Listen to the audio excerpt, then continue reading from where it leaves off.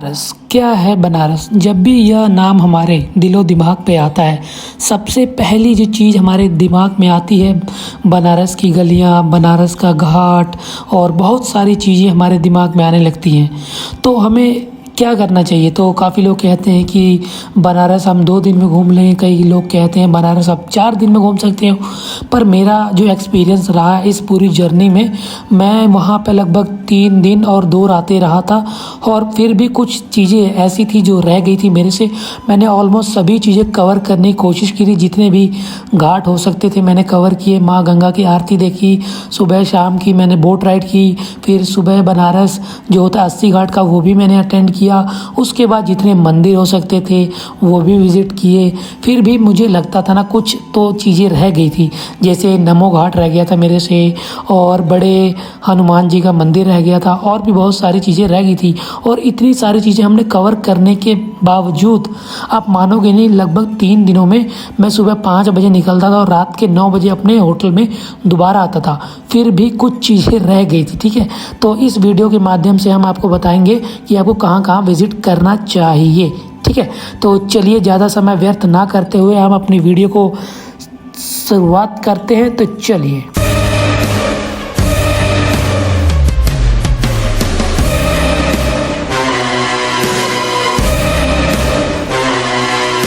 पहली बात यही आती है कि हमें बनारस पहुंचना कैसे है। तो बनारस पहुंचने के आपको पता है, ट्रेन से आ सकते हो, बस से आ सकते हो या फिर आ सकते हो एरोप्लेन से, ठीक है।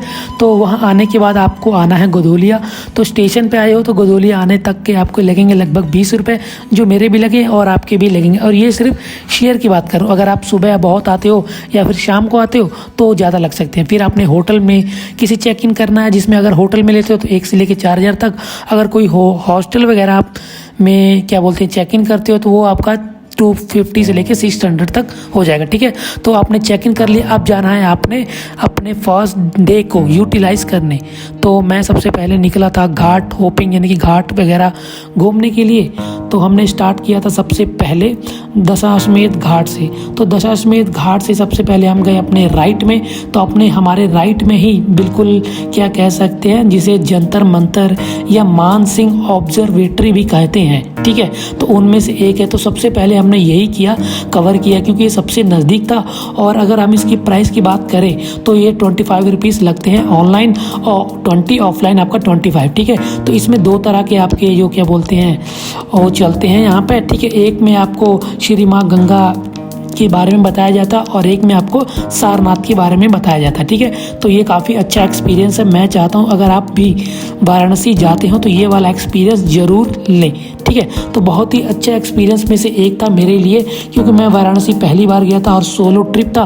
तो मैंने बोला चलो चलते हैं। एक्सपीरियंस काफ़ी अच्छा होता है अगर आप बनारस कभी जाते हो, जैसे मैंने आपको बताया। और सभी चीज़ें ना बिल्कुल हमने लाइन करके बताई हूँ। पहले आप दशाश्वमेध घाट जाओगे, उसके बाद जंतर मंतर, जंतर मंतर के बाद आप आगे घाट होपिंग करते हुए आगे धीरे धीरे जा सकते हो, जिसमें आप श्री काशी विश्वनाथ धाम का कॉरिडोर भी विजिट कर सकते हो। वो काफ़ी ऑब्जर्वेटरी के बाद हमने जो विजिट करना है वो श्री काशी विश्वनाथ धाम, जिसे काशी विश्वनाथ कॉरिडोर के नाम से भी जाना जाता है। तो अपने घाट्स की तरफ से ही जाना है और वो लगभग 200-300 मीटर की दूरी पर ही है मानसिंह ऑब्जर्वेटरी से, ठीक है। तो यहाँ पे आपकी मर्जी है, आपने क्या बोलते हैं श्री काशी विश्वनाथ जी के दर्शन करने हैं। क्योंकि भीड़ काफ़ी थी तो मैंने उसे अवॉइड किया, क्योंकि मैंने जो विज़िट किया था दूसरे या तीसरे दिन, ठीक है। तो अब तक मैंने सोचा चलो और थोड़ा एक्सप्लोर करते हैं श्री काशी विश्वनाथ कॉरिडोर को, क्योंकि मेरा फर्स्ट टाइम था और मैं जस्ट अपने फ़ोन से ही जितना भी मैंने सर्च वगैरह किया था वही सारी चीज़ें क्या बोलते मर्ज करके चेक कर करके मैं जा रहा था, ठीक है। तो जितनी भी चीज़ें मैंने आपको बताई हुई ना,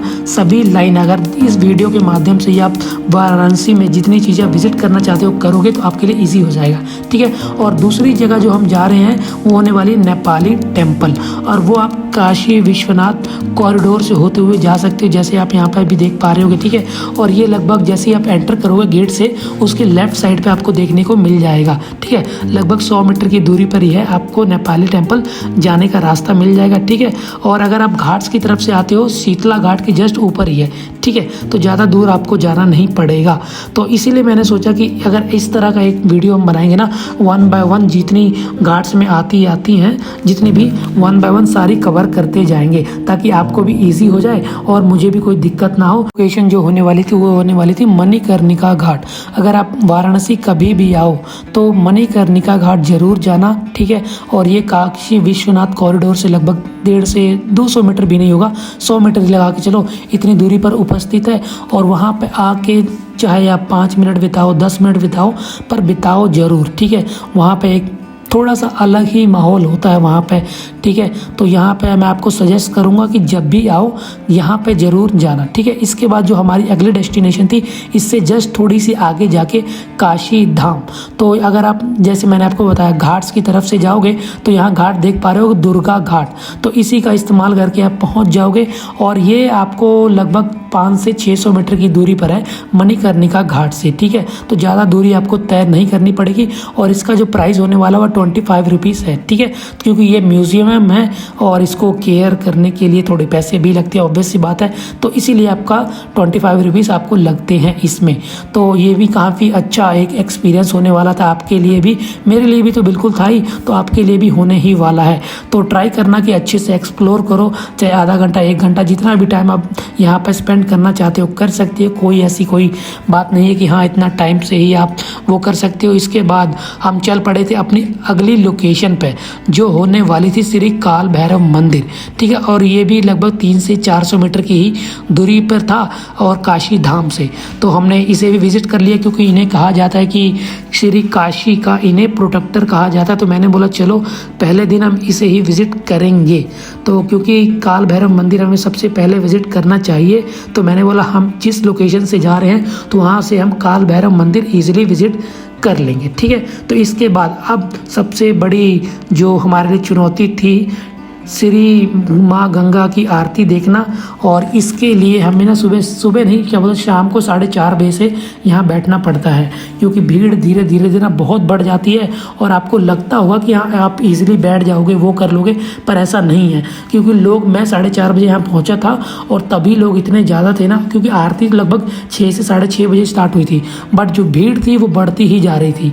आरती मैं बताता हूँ 6:30 से स्टार्ट हुई 7:30 तक। तो आरती ख़त्म होने के बाद तो हमने कि आज क्या बोलते हैं, जो काफ़ी लोग कहते हैं करने चाहिए, हमने भी नाइट बोट राइड करी, ठीक है। और इसका जो प्राइस था वो था 50 to 100 रुपीज़ जाता है, और ये शेयरिंग में है, ठीक है। ये ध्यान रखना, जितनी भी चीज़ें मैं बताऊंगा सब शेयरिंग की ही बताऊंगा, चाहे ऑटो का हो चाहे किसी का हो, ठीक है। क्योंकि अगर आप प्राइवेट बुक कराओगे तो वो 1000 से लेके 1500 तक के बीच का लेते हैं मोटर वाले। अगर हाथ वाला होगा तो आई थिंक 500-600 में कर लेंगे, ठीक है। इसके बाद हम निकल पड़े थे रात के गोदोलिया चौक को एक्सप्लोर करने। आप भी ये कर सकते हो, काफ़ी अच्छा एक्सपीरियंस होता है रात को, और ये चहल पहल चलती है लगभग रात के 12-1 बजे तक, ठीक है। इसके बाद गदोलिया मार्केट को एक्सप्लोर करने के बाद हम निकल पड़े थे अपनी नई डेस्टिनेशन, जो हमारी अगले दिन। तो उसके लिए हमें सुबह 4:30 बजे उठना पड़ा था, क्योंकि जो है ये ना 80 घाट है गदोलिया चौक से, मतलब कि मेरे जो होटल था वहाँ से लेके लगभग 2.5 किलोमीटर था, और मैं पैदल ही गया था, ठीक है। ये आपके ऊपर, आपको जाना है कि नहीं। और जो ऑटो का कॉस्ट लगे वो 20 से लेके 100 तक, ठीक है। तो हम टाइम पे ही पहुँच गए थे, और ये भी एक काफ़ी अच्छा एक्सपीरियंस था मेरे लिए। तो मैंने बोला चलो इसे एक्सप्लोर करते हैं, तो हमने इसे थोड़ा एक्सप्लोर भी किया। तो काफ़ी अच्छा एक्सपीरियंस था, क्योंकि सुबह सुबह आपको आरती देखने को मिलती है माँ गंगा की, तो वो एक अच्छा ही लगता है, ठीक है। तो ये हमने थोड़ा सा एक्सप्लोर किया सुबह बनारस। यहाँ पे बहुत सारे प्रोग्राम वगैरह भी होते हैं, म्यूजिकल प्रोग्राम होता है। फिर यहाँ पे आप पीछे देख सकते हो, वहाँ पे यज्ञ वगैरह हो रहा था, ठीक है। तो इसके बाद हमने क्या किया, इसके बाद हमने मॉर्निंग की बोट राइड करी, और इसकी भी कॉस्ट मुझे दोनों कॉस्ट ना 100 रुपीज़ ही पड़ी थी, और दोनों ना शेयर थे। ये चीज़ का ध्यान रखना, शेयर की बात कर रहा हूँ, चाहे 50 मैंने कहा, चाहे मैंने कहा 100, क्योंकि प्राइवेट अगर बुक कराओगे तो वो ज़्यादा लग सकता है। डिपेंड करता है कि वो जो नाविक है वो कितना ले रहा है आपसे, ठीक है। तो ये भी एक अच्छा एक्सपीरियंस होता है जब भी आप बनारस आओ। नाइट और मॉर्निंग की बोट राइड ज़रूर करना, ठीक है। तो नाइट और मॉर्निंग की बोट राइड के बाद हम निकल पड़े थे अपनी नेक्स्ट डेस्टिनेशन, जो था श्री सत्यनारायण तुलसीदास मंदिर, जो 80 घाट से लगभग 1 किलोमीटर की दूरी पर था, जिसका कॉस्ट आपको 10 से 15 रुपये लग सकता है। मैं तो आपको सजेस्ट करूँगा कि ट्राई करना कि आप पैदल ही ही जाओ ज़्यादा, क्योंकि सुबह आई थिंक 7:30 में फ्री हो गया था मॉर्निंग बोट राइड के बाद, तो इसके बाद मैं पैदल ही चले गया, ठीक है। और क्या बोलते हैं इसमें ना, एक क्या बोलते हैं एक म्यूजियम है या कह सकते हैं संग्रहालय कह सकते हैं, जिसके आपको ना 10 रुपये पे करने होते तभी आप ये सब देख पाओगे, ठीक है। ये एक तरह का म्यूजियम है जिसमें आप देख पाओगे बहुत सारी चीज़ें, ठीक है। तो एक बार जब भी आप बनारस आओ श्री तुलसीदास मंदिर में ज़रूर विजिट करना, ठीक है। उसके बाद हम चल पड़े थे श्री त्रिदेव मंदिर, जो कि तुलसीदास मंदिर से लगभग 200 मीटर की दूरी पे ही था, ठीक है। तो ये एक्सप्लोर करने के बाद हम सबसे इम्पोर्टेंट मंदिर पर पहुँचे, जिसे संकट मोचन मंदिर कहते हैं। ये आपका 600 मीटर की दूरी पर था और ये तुलसीदास मंदिर से 600 मीटर की दूरी पर था। इसमें फोटोग्राफी वीडियोग्राफी बिल्कुल भी अलाउ नहीं थी, आप बाहर से ही जो कर सकते थे कर पाते, ठीक है। अंदर जाके आप कुछ भी अलाउ नहीं। संकट मोचन मंदिर विजिट करने के बाद हम अपनी नई लोकेशन और नए मंदिर में पहुंच गए, श्री दुर्गा माता मंदिर, जो तुलसीदास मंदिर से लगभग 400 से 500 मीटर की ही दूरी पर उपस्थित है। इसे भी आप एक्सप्लोर कर सकते हैं। इसमें भी फोटोग्राफी वीडियोग्राफी बहुत ही प्रोहिबिटेड है, ठीक है। ध्यान रखना कि ज़्यादा आप ध्यान से ही करें, ठीक है। तो ये भी एक्सप्लोर कर सकते हैं। One of the most visited मंदिर में से एक है वाराणसी में। उसके बाद हम चल पड़े थे श्री मणि मंदिर, जो कि श्री तुलसीदास मंदिर से 600 से 700 मीटर की दूरी पर है, ठीक है। ये जितने भी मंदिर हमने कवर किए हैं ना, वो सभी मैंने पैदल ही किए हैं, क्योंकि बहुत दूरी हमें तय करनी नहीं पड़ी थी। अगर आप ऑटो वगैरह बुक करोगे तो वो 4 से लेके 500 तक आपको वो करेगा, ठीक है, कॉस्ट करेगा। तो इससे अच्छा है कि अगर आप सुबह उठ के सुबह बनारस देखते हो तो ये सब मंदिर आप पैदल ही कवर कर लोगे।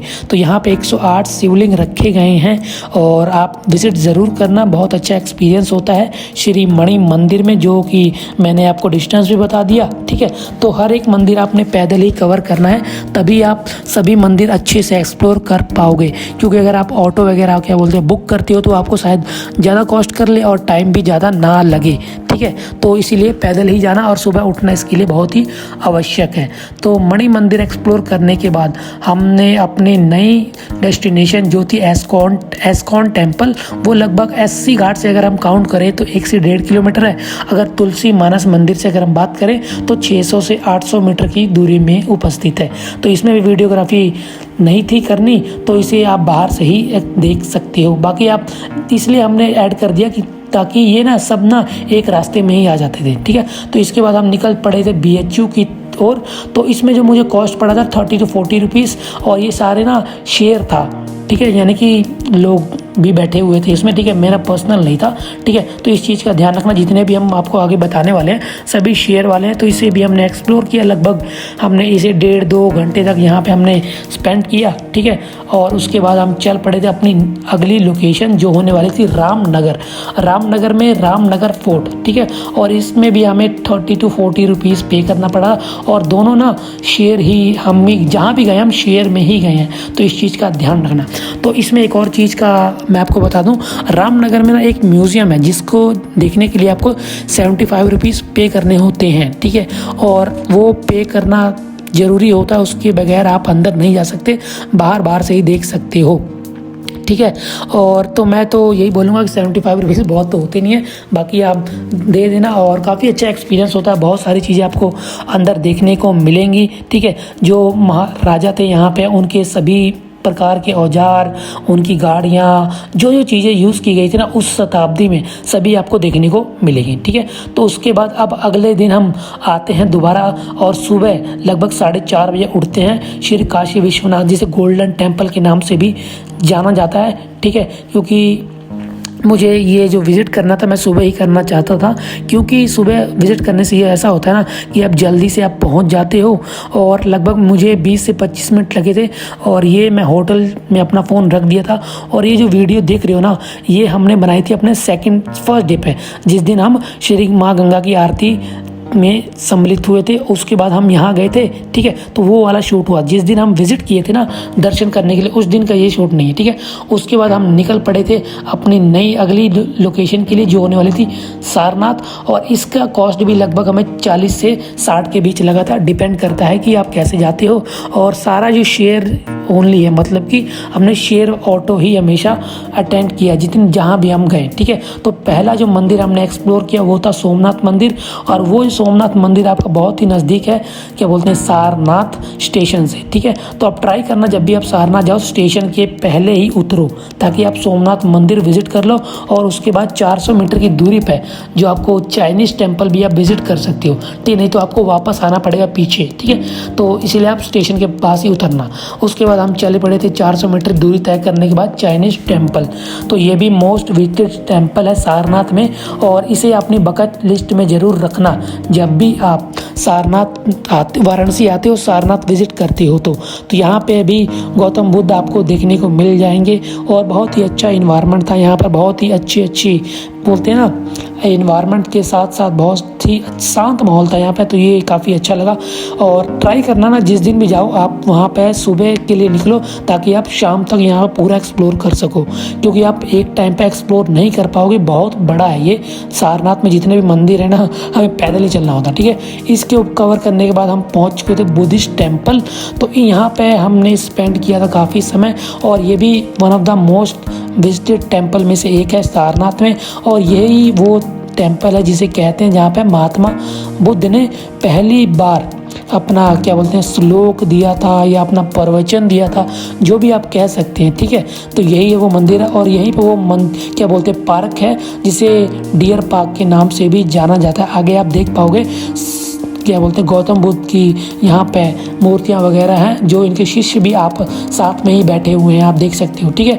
तो ये भी आप काफ़ी विजिट जरूर करना जब भी आप सारनाथ जाते हो, ठीक है। अभी हमने सोमनाथ विजिट कर लिया, सोमनाथ मंदिर, उसके बाद चाइनीज़ टेम्पल, उसके बाद हो गया हमारा बुद्धिस्ट टेम्पल।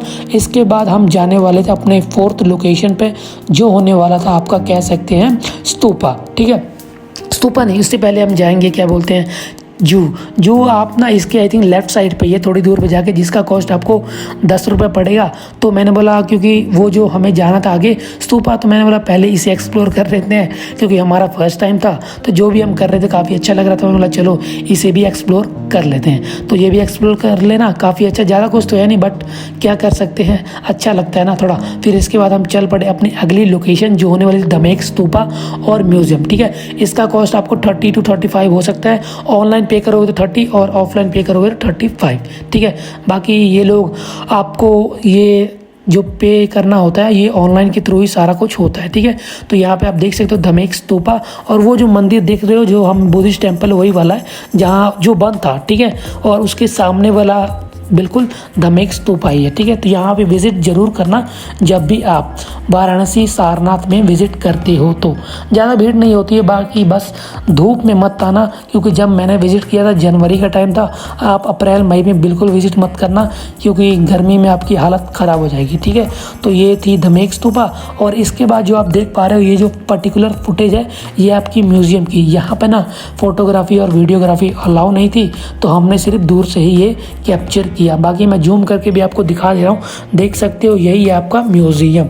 तो यहाँ पे हमने समय स्पेंड करने के बाद हम चल पड़े थे अपनी सेकंड लास्ट लोकेशन, जो होने वाली थी बुद्धा स्टैचू। यहाँ पे 80 फीट का बुद्धा का स्टैचू है, जो आप आने वाले वीडियो के पार्ट में देखोगे। ये देख सकते हो दूर से ही, जैसे आप एंटर करते हो ना मंदिर में, आपको दूर से ही दिख जाते हैं बुद्धा जी 80 फीट के, और सूरज की रोशनी में बहुत ही अच्छे तरह रिफ्लेक्ट हो रहे थे, तो काफ़ी अच्छा भी लग रहा था, ठीक है।